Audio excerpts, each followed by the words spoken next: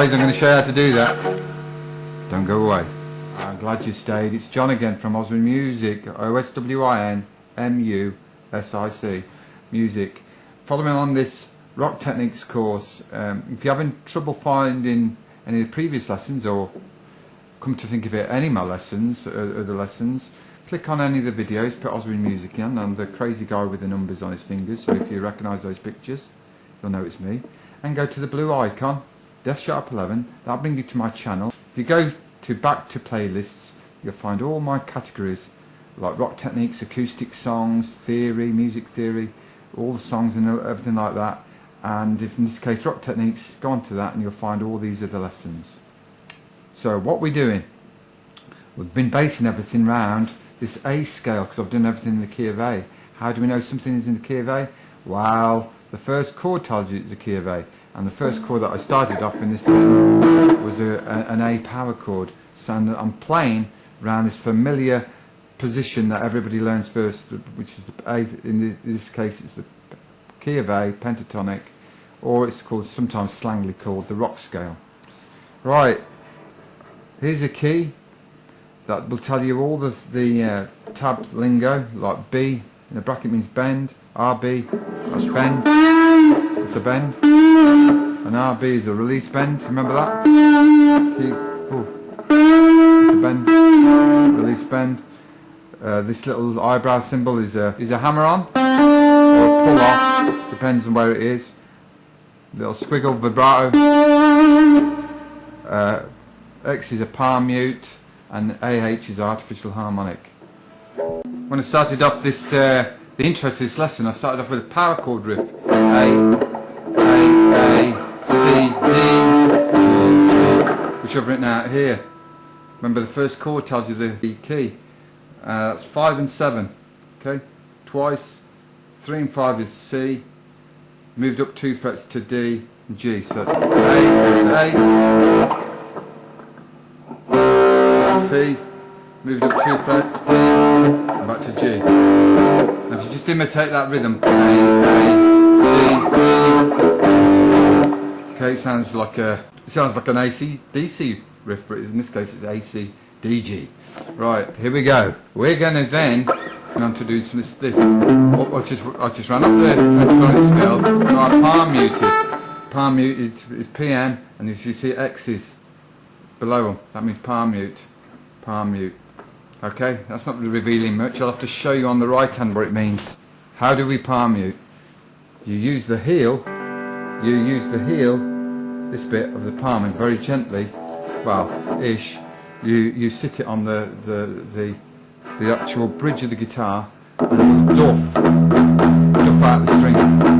You don't want it too much. Okay, so you've got to experiment until you get, I call it a chunk sound. So you might need to dig in a little bit more with the plectrum and just use more of a downstroke. That's how you get that sound. So experiment until you get that sort of sound, then just apply it with a scale.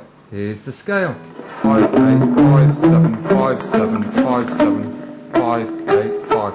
I'm heavily palm muting, or damping sometimes they call that, and I put a little vibrato at the end.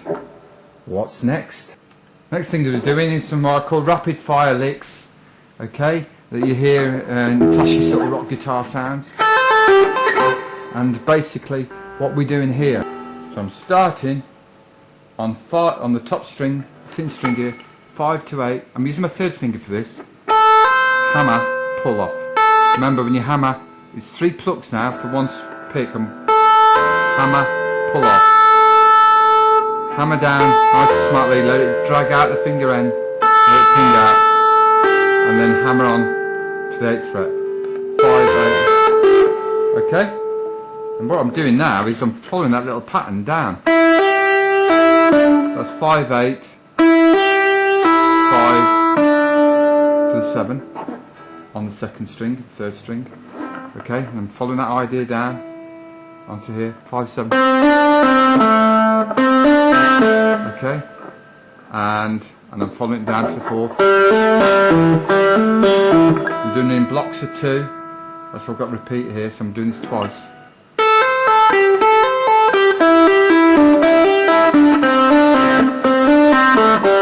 Okay, I'm running out of space here, so I carried it on to the other line. Bear with me.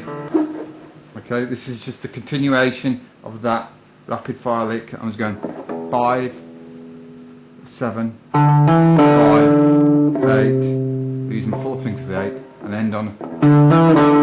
Do that twice.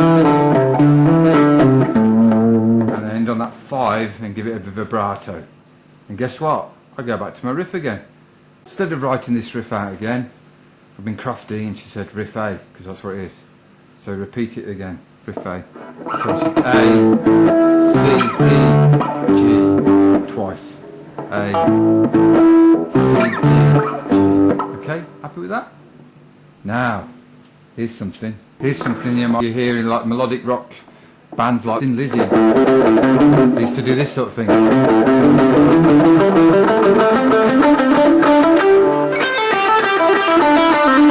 Or backwards. Yeah, that sort of thing. You know what I mean? That's that sort of sound, and usually in harmony.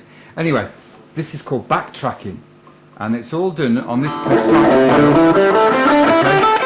Okay, and what I've done is I've packaged them, put them to little neat packages, 5/8/5, to make it easy to see. By the way, if you want the tabs for this stuff, just send me your email and I'll send it on to you. All I want you to do is keep in touch and check out my lessons and subscribe. That'd be great. Right, so what we got? 5/8/5, 8. Okay, 5/8/5. Now that's a little bit difficult to remember, isn't it? But there is a pattern going on. Now check this out. 5/8/5, 8. Okay, the pattern doesn't reveal itself yet.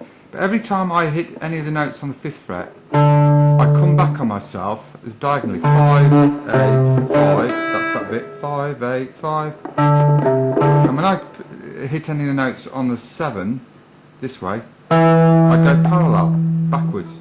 7/5/7, 7/5/7. Now I'm climbing up to the next one. 5/7/7. See what I did there? Went back on myself. See what I did there? I went back on myself. And then parallel 7/5/7. And then back on myself. 5/7. Parallel on this one. 5. And then because of the 8, because of the scale. Then into the 5. That's all written down there. So you need to pause and rewise with that. Just be a bit patient, but you can see what I'm doing there.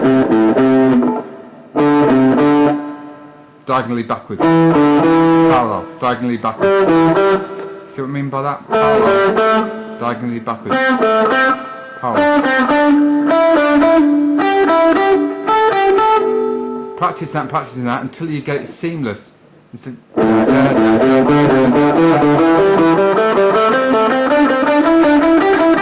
I'm doing a little bit of palm muting. We all know about palm muting now, don't we?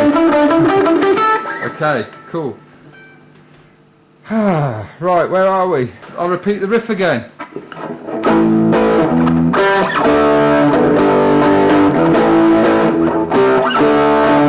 A, C, D, G. Okay? And to finish off, I'll just put our little friend lick that we've done here in previous lessons. 7 bend, return bend, keep the pressure on 5, 7. I'll do that a few times.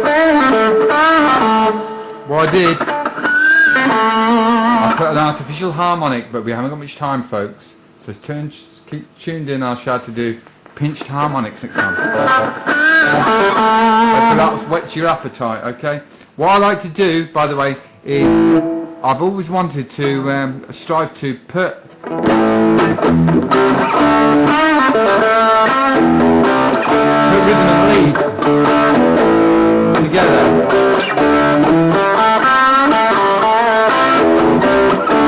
I think it's a very satisfying way of playing and practicing, and it's better for the listener instead of just playing chords separately and scales. So stay with me, guys, and that sort of way of playing hopefully will rub off in a good way, hopefully, and show me how it's done properly. I appreciate that. Okay, mate. Okay, guys. Take care. Peace, amigos.